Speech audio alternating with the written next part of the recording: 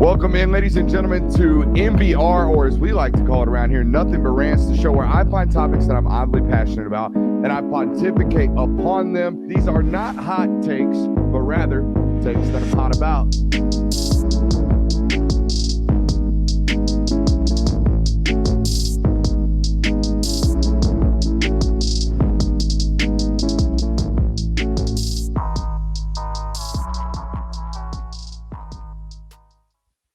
What is up, ladies and gentlemen? Friday morning here in the lab, in the studio, in the office, whatever you want to call it.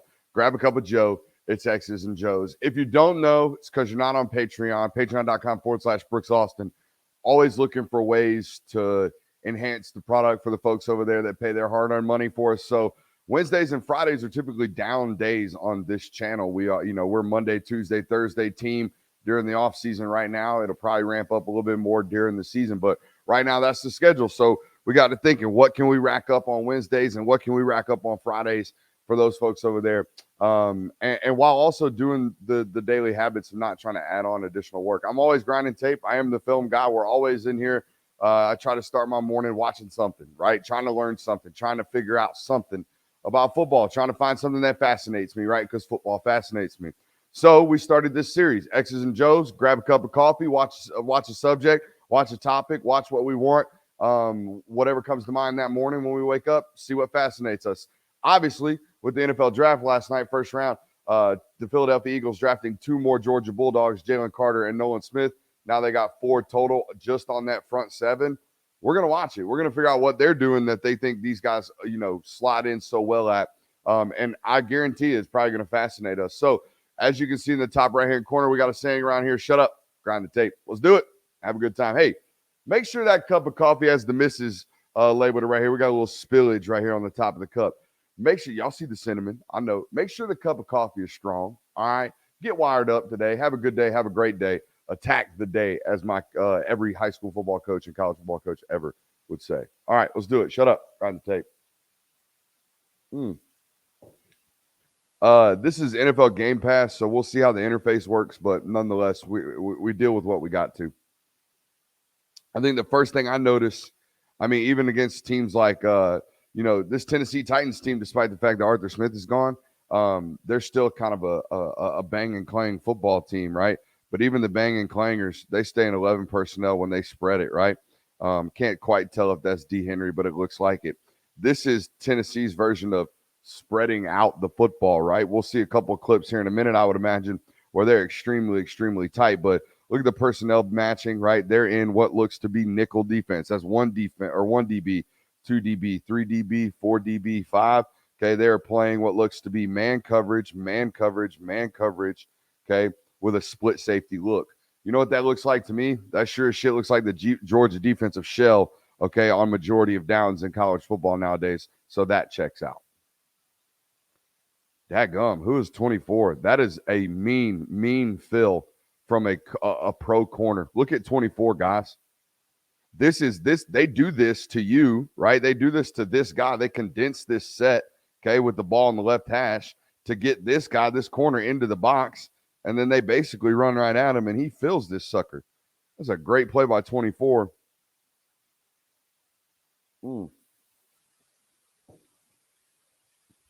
There you see Hassan Reddick. Okay, I don't think we'll see the Georgia guys until later on in the study, but nonetheless, it's good to look at here.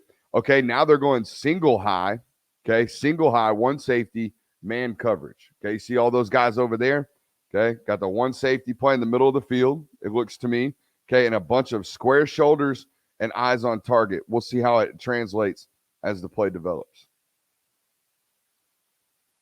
So they actually went zone to the top, man to the bottom. As we study these, again, you might not be here for Georgia content. You might be here to just learn. That's what I'm here to do today. Oh, holy hell. Look at this pass rush from Hassan Reddick. This is money stuff right here. Look at 7 over here on the corner. Watch him. Watch this guy right here. It's great hand fight skills right here. And the bend at the top of this rush from the wide angle looked insane. Good Lord. So now think about this, right? Fletcher Cox signed 1-year deal. He's coming back. He'll be back. I think this is 97. I think he's gone. That's Josh Sweat. Really, really good football player. Nakobe Dean's going to slide in somewhere here this year, I believe, right there. I think they re-signed him. He's obviously coming back. So now they got this guy too. Let's imagine they slide in 90, Big Jordan Davis here, and we get 88, some reps in here, right? Okay, and then on third downs, third and longs, maybe you get 4 in over here or pass rush him here or whatever. They got plenty of freaking football players. Okay, they got a lot of great, great football players on this front 7. It's really a front 6, right? They're a 4-2, call it a 5 down front on, some downs, but it looks to me like a 4-2-5 nickel football team that prioritizes pushing the pocket and allowing one guy to get an edge. I mean, look at this, guys. This is Georgia football. Okay, this guy is 6'1", okay, and he's 240 pounds. That's basically been Nolan Smith. Azeez Ojulari is currently Chaz Chambliss. All right, this guy over here is their defensive end, right? He's Josh Sweat. I'm pretty sure Josh Sweat's like 6'5", 260. Okay, that has been Michael Williams. That has been Trayvon Walker, right? That has been Malik Herring. That has been all of those body types, right? This is their bigger guy. This is their bigger, rusher. This is their 3 technique. Well, who plays a big guy in a 3 technique? Georgia. I mean, so you can see why they're drafting personnel to match the play style, because the play style matches what Georgia is doing. I mean, 97 right there is doing what Jordan Davis did at Georgia for 3 years. And he's pushing the shit out of the pocket. Look at that. It's why they had 10 guys have 10 plus sacks. They just have too many weapons. Like Georgia still develop or finds ways to put guys in one-on-ones and situations like that. Just don't win at such a high rate. When you have this many great football players, you're going to win at a tremendously high rate. All right, now the box has become really, really tight. Let's see how they do it. Okay, they stayed in nickel. Check this out. Okay, it looks to me like they did. Or they bring another body onto the field. So now they're in a 50 defense. Okay, we got a 4-eye, a 0. All right, and 2 wide 9s. Okay, 1, 2, 3 DBs in the picture in the box. Okay, can we get to the wide, Brooksy? And let's see what we got. All right, here we go. 1 DB, 2 DB, 3 DB, 4. Okay, so who is the extra? They brought an extra defensive lineman onto the field. That's what they did. They brought an Adamican or whoever 72 is back onto the field. So there's our adjustment. Good to know. I think Jordan's replacement got either cut or let go too. 72 right there. I think that's Linval Joseph. I don't think they re-signed him. I'm not fully up to date on all my NFL stuff, but I'm pretty sure they failed to re-sign to old 72 who got we call this what do they call this? What, tight end wham? Look, they're going to bring the tight end back in motion, and they're going to trick this nose tackle. Okay, Ben Andrews is going to go all the way back. They're going to take 86 in here and wham 92 or 72 right here. Check this out. Look at that. He showed face, did Andrews, showed face to the nose, and then blocked back on the 3 or the 4-eye. That's really, really good. I like that concept there. Boom. Ow, that's physical. Now I'm looking at the front side of the play where all the front side linebackers are. Watch 43. Watch the front side of this play. Whoo! Is that 22? Who is 22? 22 is playing some daggum NFL football, son. It's why, people who say that the NFL is not physical or that the brand of football is not physical anymore, y'all just are not watching football. Y'all are not watching football like I watch football, because I turn on tape and I say, God dang, that daggum number 22, that's a 205-pound safety, and he ain't got no hill of beans about throwing his body around. Look at that. Hell yeah on all of that. Hell yeah on all of that. I wonder if Nolan can maybe relieve some pressure from this guy in the run game. I know Hassan Reddick is great at getting after the quarterback. He does this as well as anybody, probably better than anybody at this rate, right? He is speed rushing and getting after the quarterback better than anybody. But what he maybe not necessarily does as well as Nolan Smith does right now, okay, is turn, spill, and hold the gap strong. So whereas number 4, when he's playing, this run fit might be here. When Hassan Reddick's playing, that run fit might be there. Okay, that is a vital difference. And conversely, and maybe they can help each other out here. As good as Hassan Reddick does this and gets after the quarterback, Nolan Smith does not. Nolan Smith does not do that yet. He is not qualified as a guy, as a pass rusher just yet. All right, Hassan Reddick came out of Temple and he was already one. Like everybody already knew it. Like that's why he went so high, because he went to the Senior Bowl and was just dogging the shit out of everybody in one-on-ones. That's not Nolan right now. Okay, or at least the tape doesn't say that, nor does the production. Okay, injuries or not. God dang, Josh Sweat. Let's see what they're doing shell-wise. Because we know what they're doing down front-wise. I mean, that looks like it. I don't know what the down and distance is, but it looks to me like it's probably second and long, third and long. The sticks are here, and we've already seen a couple of plays on this possession, right? So it looks to me about second and 9. All right, and they're in 11 personnel is Tennessee. Okay, and we kind of see what they're doing defensively. They're back into their 4-2-5 nickel, guys. So this is base.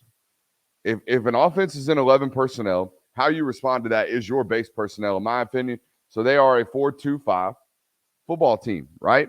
And they are not playing it mint front style like Georgia does. They're playing it kind of standard to allow these guys to get standard rushes. Okay, Georgia, when I say play it mint style, I'll get you to the tight and I'll show you.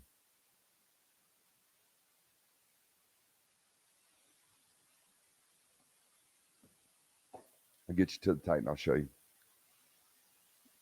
Georgia playing mint style would mean, can we get the tight out of the box? Never mind. They're not going to play the mint front against that tight end attached like that. That's so much different than college football. You don't see this a lot. This is just funky. I mean, standing up, eyes inside. His hand is neither down nor is he detached from the line of scrimmage, right? In college, we have these H-back sniffers, or we have these Y-back attached, right, on the line of scrimmage, hand in the dirt, or we have the H-back over here and he motions and he stands behind. What we never have is Buddy just standing right here, neither detached, neither hand on the line of scrimmage. I wonder how he counts in the scheme of things. Does he count as one of the 7 that are on the line of scrimmage? Let me see here. He has to. Okay. He's one of the 7 on the line of scrimmage. Okay. No, he's off. How does that work? Too deep. I'm losing y'all here, but like 1, 2, 5, that's 7. That's all you need on the line of scrimmage. So he must be labeled off, or is he ineligible? I don't know how that works. That alignment is so weird. Again, not something you see in college football, I don't believe. Not from my studies. Again, find stuff that fascinates you, Brooks. That's what we're doing here today. Ben Jones. Ben Jones so casual. I called him David Andrews today twice, but Ben Jones so casual. Still ain't seen a dog take a rep yet, I don't believe.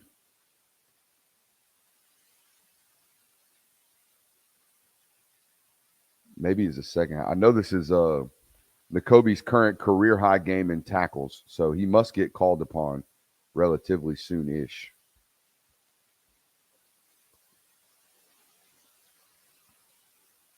Here's their backup unit, because I see Ndamukong Suh in there.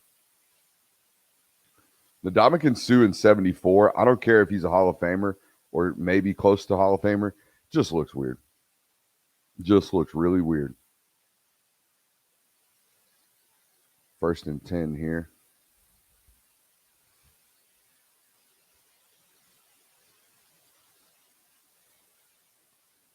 So they call it an A unit and a B unit, or what do they call it? An alpha and a Bravo is what they called it on the NFL broadcast, where this Eagles team basically plays 2 full units. All right, here's the first rep of Jordan Davis right here. So they hop back into Bear because of the 12 personnel. You see here, 1, 2.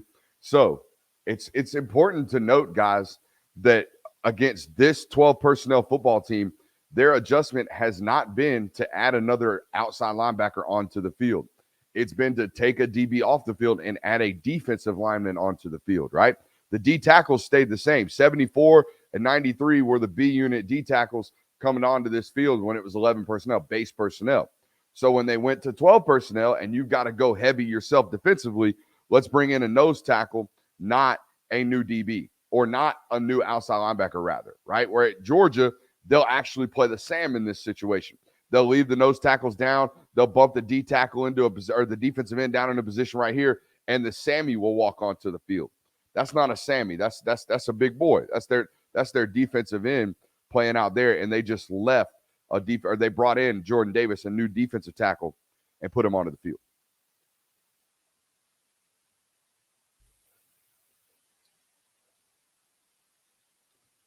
Jordan's doing a great job here efforting to stay low. All right. I understand that this is a new level of football for him and a new pad level of football for him, right? Like being this low is not a custom for 90. All right. So when you're playing lower than you usually are, you have a tendency to fall on your face until you get used to bringing your feet and your knees up underneath you. Okay. All right. Now Tennessee jumps back into 11 personnel. They're back to 4 defensive linemen onto the field, and they brought their nickel DB onto the field. There we go. Get a whole bunch of answers here. I would imagine this is where Nolan fits in. Like I said, on this B unit, this Bravo unit coming in, and like you see, Hassan's got no breather. He's still back onto the field, and they're actually in 12 personnel still. There's 1 and 2 tight ends. They just said, screw it. It's a passing down. We're going to leave the corner and the safety over the line or the tight ends.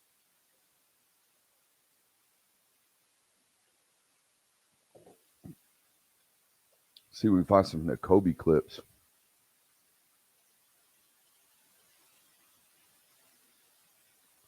Huh. Simulated pressures football team too. Okay. Everyone does it. It's less in the NFL because I feel like quarterbacks are much, much better and smarter at finding out the fugazi stuff, right? Finding out the fake shit. They're so much better at it, so they don't do it as often. But this is another. If you're looking for Georgia correlations, this is another one, right? This is a similarity to something that these college kids have done before. And here's the bonus pick, right? I know this is Hassan, and he's going to rush a lot more often. But when you have 17 in here now who has shown a history or propensity to win as a pass rusher too, and I don't know what their situation or their current status is. The other one, inside linebacker, but I know for a fact Georgia would often plug him and drop 4, right? And the ability to now have Nolan Smith on the field, right? Who does now do that. He does that really well. In fact, I would say he has made more plays in his career. Florida interception.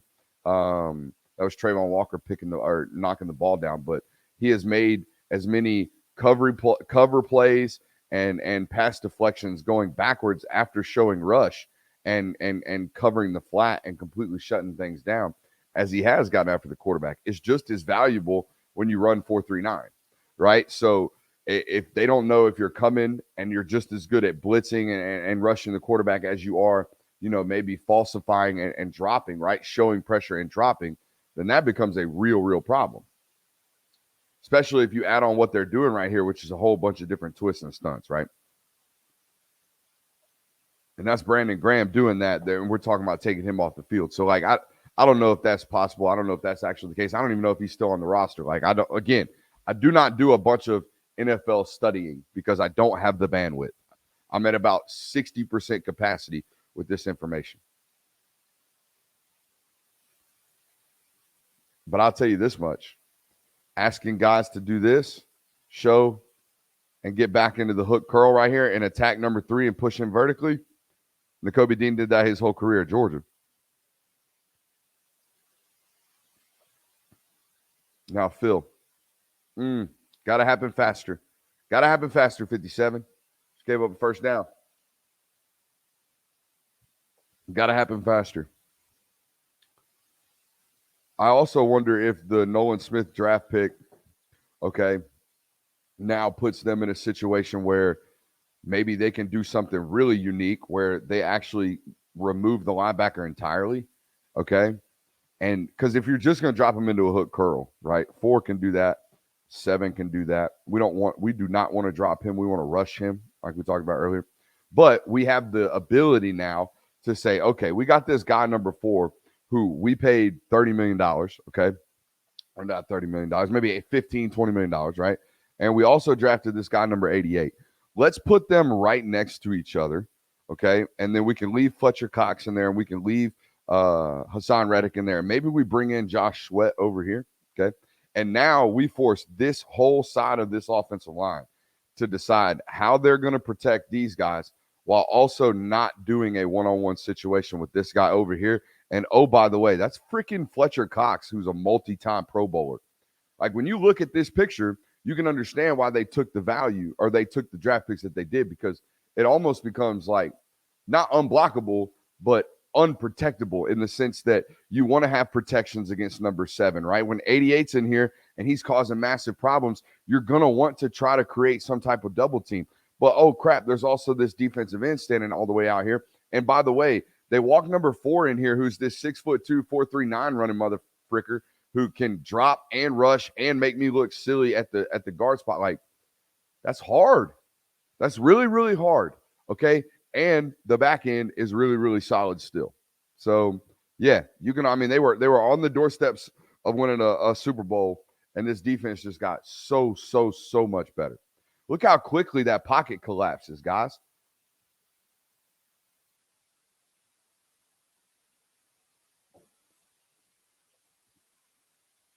Yeesh.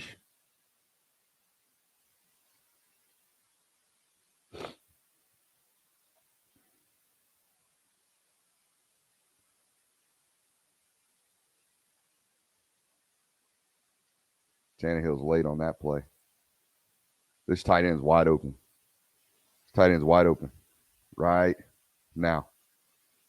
I mean, this is NFL wide open, folks. This is as NFL wide open as you can humanly possibly be. I don't understand why his ball's not thrown.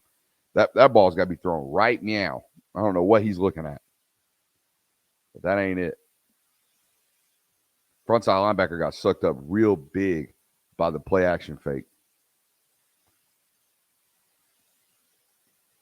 But this is also core DNA for Georgia. Okay, that's what we're kind of searching for here, right? While also learning a lot about NFL football, I feel like today.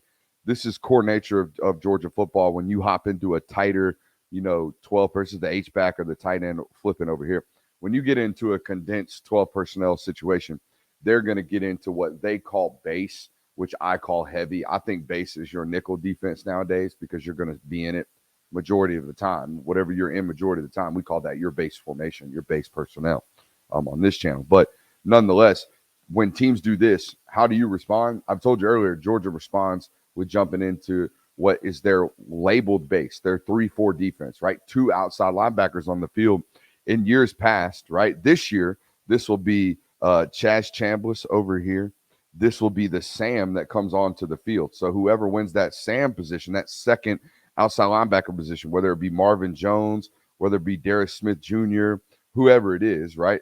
Whether it be Damon Wilson, whoever wins that Sammy position and comes onto the field in this situation, that's who it'll be. And then they would go traditional nose, right? You would have 78 in here at the nose tackle position. Whoever wins that 3-tech spot, whether it's Zion Logue or whoever it is right here, Kristen Miller, nonetheless, whoever wins that 3-tech spot. And then this is the defensive end. That's 13, standing right there, Michael Williams, right? So that's what it's looking like. But now you see how Philly's done it. Philly's jumped into a hybrid version of that just with 3 big boys in the middle. Instead of bringing a Sammy onto the field, they just brought their big boy on and then stretched the defensive end out to the wide 9. Football.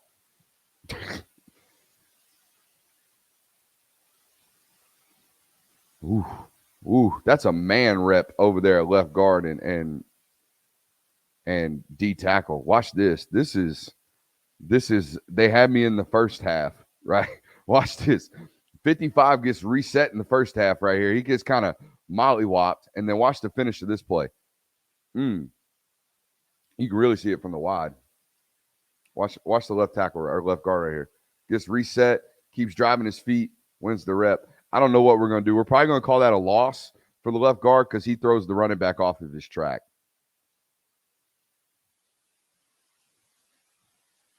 I'll tell you what, this is also a thing that I know about Nolan Smith. Okay. Josh Sweat is an immensely talented human being. I think he had some medical issues coming out of college. Or no, that was Montez Sweat. Either way, the kid from is this the kid from Mississippi State? One or the other. Great football player, physically gifted. Not I don't believe as instinctually gifted as Nolan Smith, just based off this one clip. Nolan, we've shown you, has recognized run really, really well in his career and recognized what the guy in front of him is doing better than most. So as you can see already, offensive linemen's left feet or left heels are clicking up. They're going this way, Bubba. I'm telling you right now. Okay, even though I've already seen the clip, I'm telling you right now, they're going that way. So as they begin to go this way, okay, and Nolan Smith feels he's getting logged, I've always noticed Nolan gain ground horizontally immediately.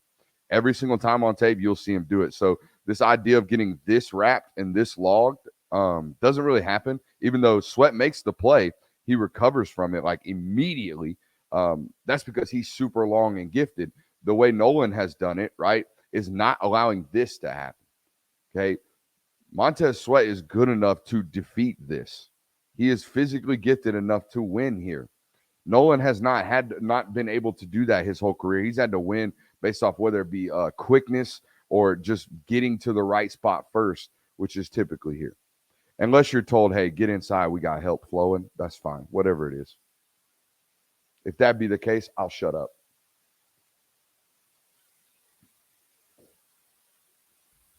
Nonetheless, hell of a play. Split safety look, man defense. Okay. Cover one. They started too high, right? The safety was here. One safety was here. That's why we call it split look, single high safety defense, right? This front side safety rolls down into the box. This safety becomes a free player over the field or over the middle of the field. And we got cover one everywhere else. We got man defense. Okay. He's on the back out of the backfield. Okay. The safety has walked down to pick up the tight end. They are out of empty, essentially. So this, I believe now, will become Nakobe, and they will keep the other linebacker doing what he is doing. Okay? Nakobe will not be running with the back out of the backfield. I don't believe. Oh, my God, what a ball. Did that get caught? Holy smokes. Woo. Man. Ooh. And the targeting. Oh, man, he sleep. Oh, he sleep. That's a ball, though. That's a ball, though. Oh. Oh, yeah, he sleep. We're not gonna watch that again. Nah, we're not gonna do that. We don't gotta do that.